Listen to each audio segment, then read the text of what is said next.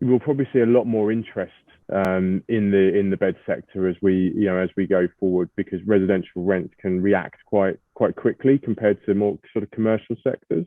There hasn't been really a major impact as the country is not heavily relying on tourists, and also because the domestic consumption has remained stable and strong despite a number of state of emergency periods where some of the F&B and retail outlets were all asked to shut down.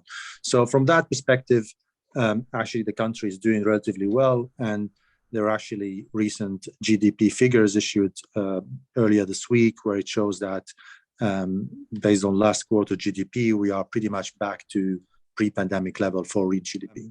A lot of investors didn't invest in multifamily in the past. Now they started investing in residential assets.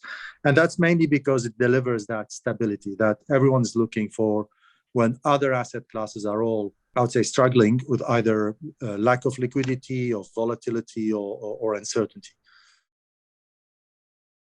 With regards to other aspects of real estate, I think we've seen that the pandemic has seen that the way that we go shopping, the way that we work in offices have fundamentally changed. But with respect to people's homes and people needing a permanent place of living, that hasn't changed and that will not change. Overall, the residential sector with the pandemic lens has been very, very resilient. I think if we put on an Asia lens for a second, in Singapore, in Asia-Pac, we have seen rentals go up. We have seen capital values of real estate go up. It is important for the residential housing sector to evolve. I think the way people work, live and play has changed. I think the products that are provided to students, young professionals, the elderly sector is becoming more tailored and curated. When we look at the Asia Pacific investment volumes for 2021, it actually surprised us on the upside in that volumes are now back to pre-pandemic levels, back to 2019 levels. A lot of the institutional investors across the globe have now got a heightened awareness that they might not be fully diversified. They have concentration in certain asset classes and in certain geographies. How we view things in terms of where private clients or institutional investors should go is with a risk lens, with a value proposition lens, and ultimately a risk-adjusted return metric. In the institutional investors are looking for quality assets in good locations with a good positive outlook for the demand supply dynamics, and then it fits their strategy. There's a lot more core and core plus capital looking for stable income assets, and I think residential is one of such an asset which we are still seeing a lot of buying pressure for.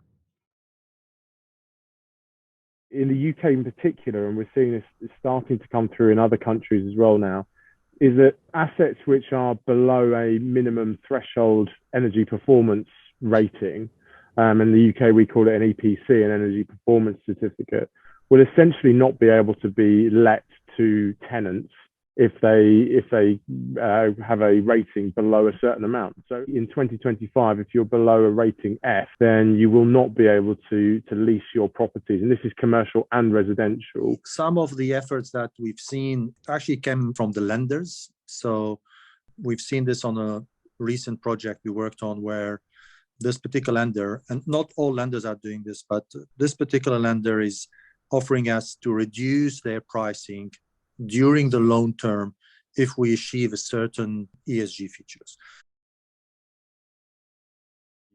We will see different kind of operating platforms in the bed sectors focusing on certain types of customer rather than kind of more vanilla buildings that try and do a bit of everything for everyone. We'll probably see buildings that are focused on one particular type of customer, whether they are a more transient group, a more international group, a more digitized group. I think the one theme, the one kind of fiber that will go through, well, the two fibers that will go through buildings, firstly will be well-being. There'll be a lot more of a focus on health and well-being within buildings.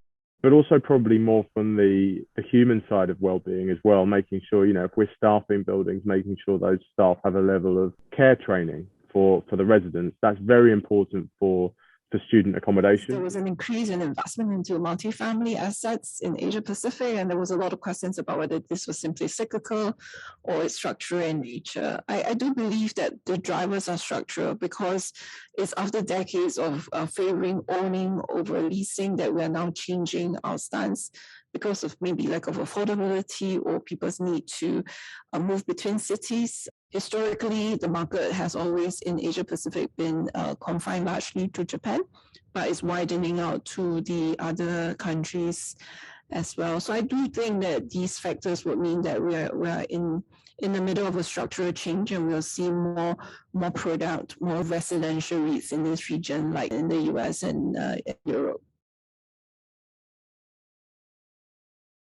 So I think we'll see continued digitization, across the markets in terms of how we use real estate, how we build real estate, and how we invest in it as well. Earlier, what's going to be exciting will be to look at alternative ways to get better value for investors, as well as obviously better value for the capital markets and access. So I think what we will see, I think closer to the shorter term rather than the medium longer term, is the ability for secondary markets between investors that are seeking illiquid assets, whether that's multifamily housing or logistics, etc., amongst investors, and of course through digitization and the technology that can support it.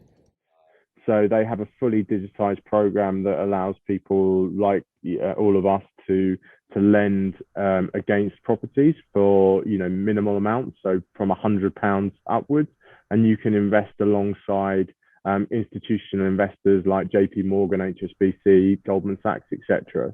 And that has really kind of allowed people to start to diversify their portfolios and invest into sectors that ordinarily they wouldn't have been able to get into, or they would have needed much larger capital sums to get into, as well.